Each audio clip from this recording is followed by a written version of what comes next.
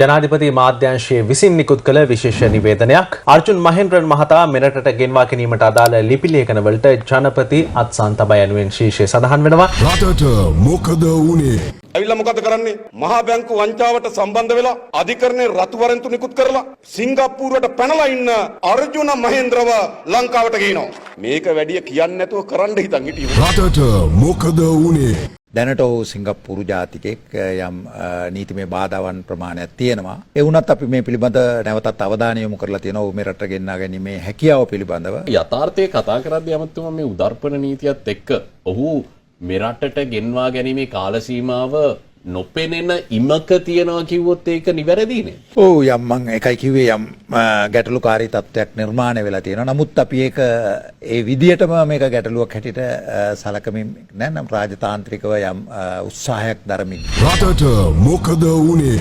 මෙම ආණ්ඩුව බලයට පත්වෙන්න කරපු ඡන්ද ව්‍යාපාරයේම කතා කරපු දෙයක් තමයි අර්ජුන මහේන්ද්‍රන්ව සිංගප්පූරුවෙන් ගෙන්නනවා කියන එක. මහ බැංකු වංචාවට වගකිව යුතු මේ පුද්ගලයාව ඔවුන් බලයට පත් වූ වහාම ගෙන්නනවා කියන පොරොන්දුව ජනතාවට කර. අර්ජුන මහේන්ද්‍රන්ව ගෙන්නන්න බැරි වෙලා තියෙන්නේ සිංගප්පූරුවත් එක්ක තියෙන උදාර්පණ නීතිය පිළිබඳ ප්‍රශ්නයක් හින්දාද වෙන මොකක් හරිද? රටට මොකද වුනේ? ඡන්ද කාලේ කිව්ව නෑ බලයටපත් වෙච්ච ගමන්ම අර්ජුන මහේන්ද්‍රන්ලව ඒ මහ බැංකුව හොරුන්ව අල්ලලා නීතිය ක්‍රියාත්මක කරනවා. තවමත් බැරි වුණා මේ නීතිය ක්‍රියාත්මක කරන්න.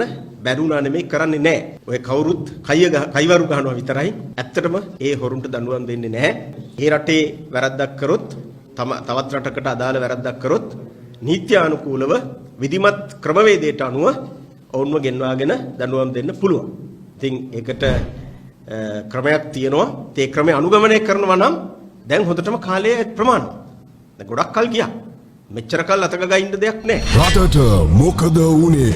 ඇවිල්ලා මොකද කරන්නේ? මහා බැංකු වංචාවට සම්බන්ධ වෙලා අධිකරණයේ රතු වරෙන්තු නිකුත් කරලා සිංගප්පූරුවට පැනලා ඉන්න අර්ජුන මහේන්ද්‍රව ලංකාවට ගේනවා. මේක වැඩි කියන්නේ නැතුව කරන්න හිතන් හිටියු.